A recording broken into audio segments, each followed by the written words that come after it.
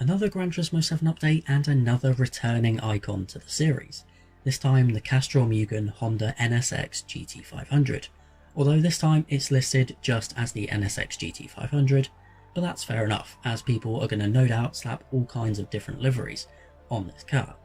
But the important thing is it's available to buy right now from the Legend Cars dealership for 1.5 million credits, around the same price as its Super GT compatriots of the era, which are also available to buy right now, the Toyota Castrol Supra and the Pennzoil GTR. The update also brought a new collection menu for those three cars together, but for now we're going to focus on the NSX. And like those cars that I've just mentioned, it finds itself in Group 3. And as is the way with these updates, it comes with its own event that it can be used in the world circuits, this time a new round of the generic World Touring Car 800. Disappointing there's no separate Super GT event with it, and they just did a collection menu, but never mind, we have a new race to try this car in, and that's where I took it out first. So initial impressions were that race is actually very hard.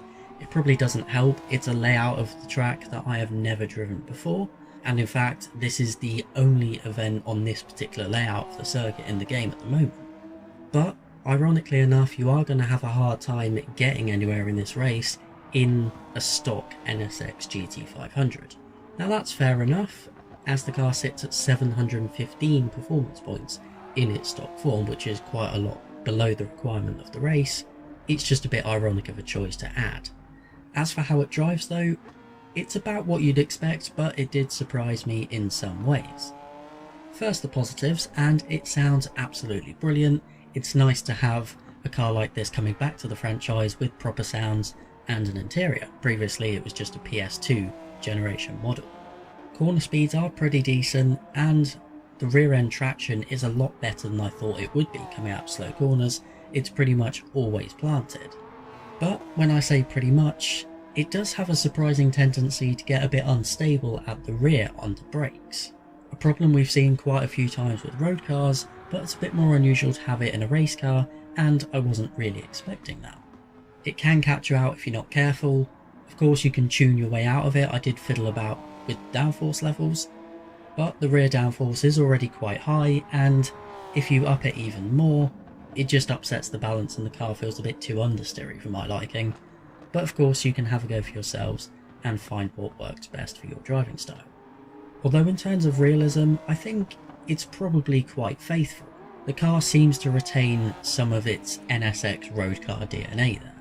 Now I'm sure most people were excited to see this car back, but a couple of comments that I've seen before is that it's a variation of a car that we already have, because of course we have the 2008 NSX GT500. It looks broadly similar, but of course that car is in Group 2, and despite appearances, it is very different. The rules of Super GT changed a lot in the intervening years between those two cars, and the 2008 car is more of a full-on silhouette racer, which just happens to look like an NSX. Whereas this one is much more closely related, and like I say, you can feel that. So yes, ultimately it did struggle in that event, but you can put the power way up through turbocharging. Both the medium and high RPM turbochargers are available to buy from the tuning shop, and both put the car well clear of 700 horsepower, which is a big jump, as it's under 500 from stock.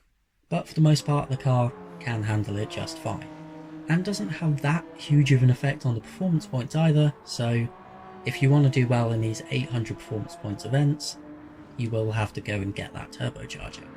However, like I said, it sits at 715 in stock, so I decided to take it the other way and tune it down to 700 performance points for the Le Mans World Touring Car 700 event, which is much more lucrative for grinding.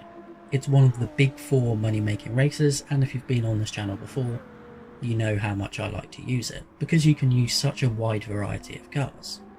So after a bit of tinkering with downforce and a bit of ballast later, it was time to enter the Le Mans 700, and this time the car, unsurprisingly, did a lot better.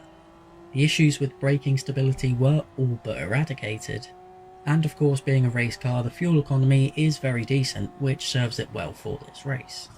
It's not the absolute fastest thing for this event, but it's more than good enough. It lacks in straight line speed, of course. It's more comparable to the Group 4 cars that you're racing against compared to what I normally use for this event, but it does the trick, and this time I got lucky with weather and the AI not so lucky, so I ended up with a comfortable 2-minute lead by the end of it. And it also was absolutely fine in the wet conditions, that good traction serving it in good stead in that regard. So overall, there's not much more to say other than it's of course a completely worthy addition to Gran Turismo 7 for the nostalgia alone. It's a decent car. I'm not sure how competitive it's going to be once balance of performance comes into things, but it's good enough, it's fun to drive, and that's going to be it from me. So I hope you've enjoyed this review.